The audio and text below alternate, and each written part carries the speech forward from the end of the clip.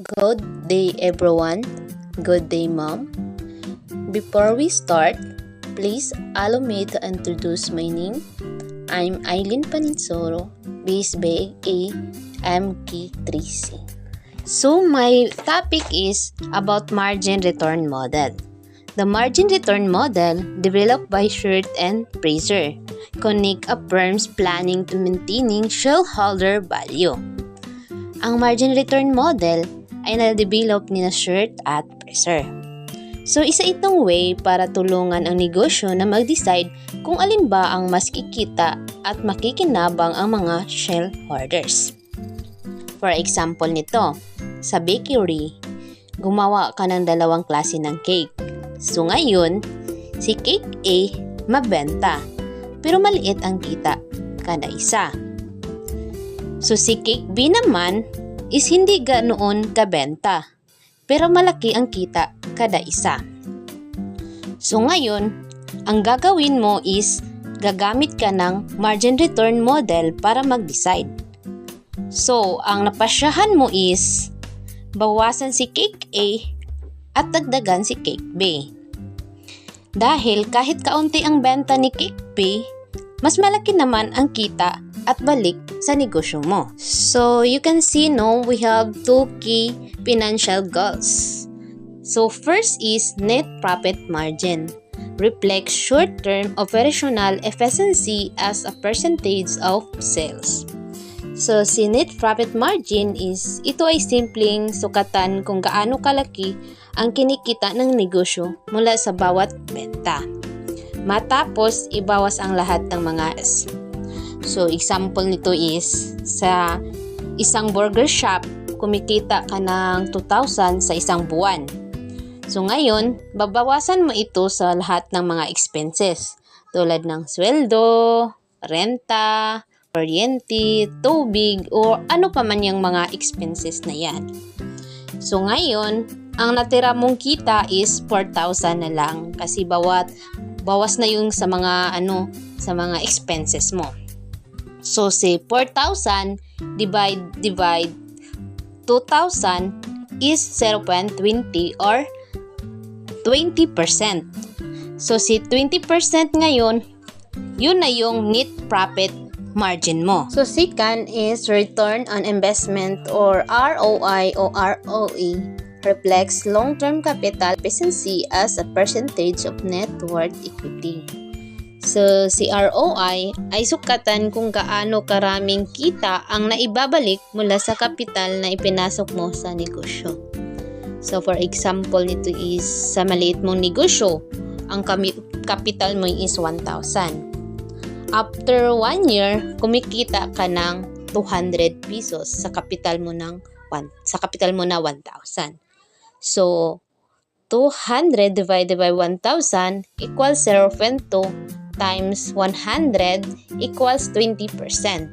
So ngayon, ang ROI mo is 20%. Yun na yung kita mo sa loob ng isang taon. Market entrenchment aims to help firms maintain or strengthen their current market position. Financially stable firms often face competitive pressure, which they can counter by either protecting market share in the short term or repositioning themselves for long-term advantage. So si market entrenchment ay isang way para tulungan ang isang company na manatili at mas maging malakas sa kanilang posisyon sa market laban sa mga competitors nila. Market share protection strategy to achieve high profits. Firms must choose a clear product market strategy, either low cost, offering basic affordable products, or differentiation, offering unique features at a premium price. So, si market share protection strategy ay isang paraan para hindi mawala ang mga customer sa isang negosyo. Ginagawa ito para manatili sa market at hindi maagaw ng mga competitors.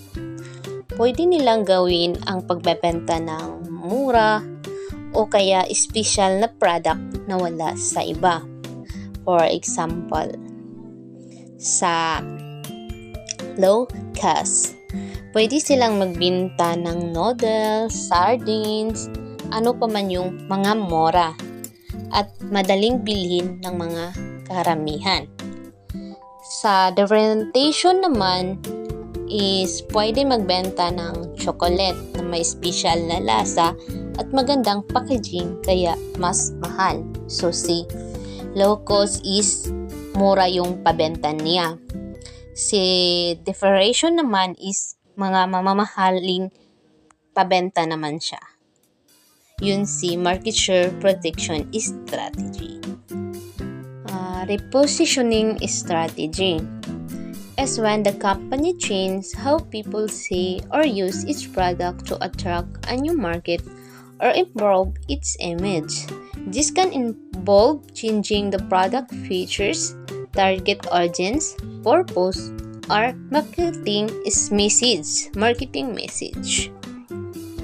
So, si repositioning strategy ay kapag binabago ng company ang paraan ng pag-promote ng product para mas kaakit-akit ng atensyon ng mga customer.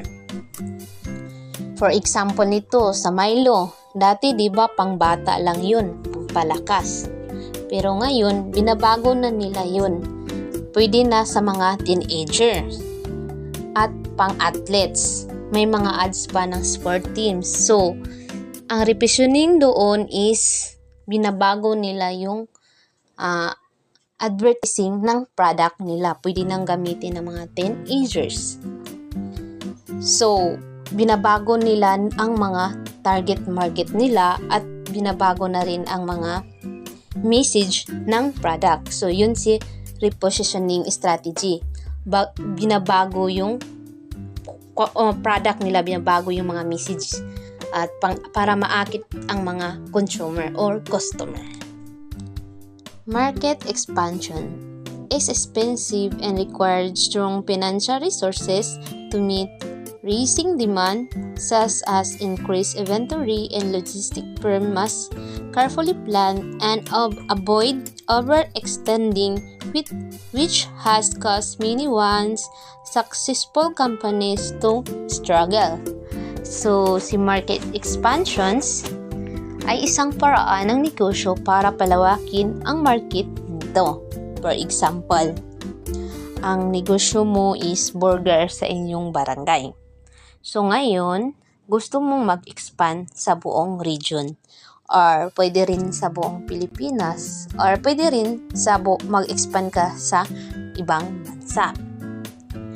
Pero, bago mo magawa yun, kailangan mo ng strong financial, no? Kailangan mo ng strong capital, malakihang capital para matugunan mo yung mga mataas na demand. Tulad ng, so siyempre mag-expand ka, kailangan mo ng dagdag stock, dagdag tauhan, mga delivery, no? Mga dagdag pangangailangan kung sakaling mag-expand ka, no? Kailangan marami kang pera para maka-expand ka. Kaya bago ka mag-expand, kailangan mo ng mabuting plano para kung sakali man hindi ka malugi or ma-overextend, no? Kaya planuhin bago mag-expand. Yan.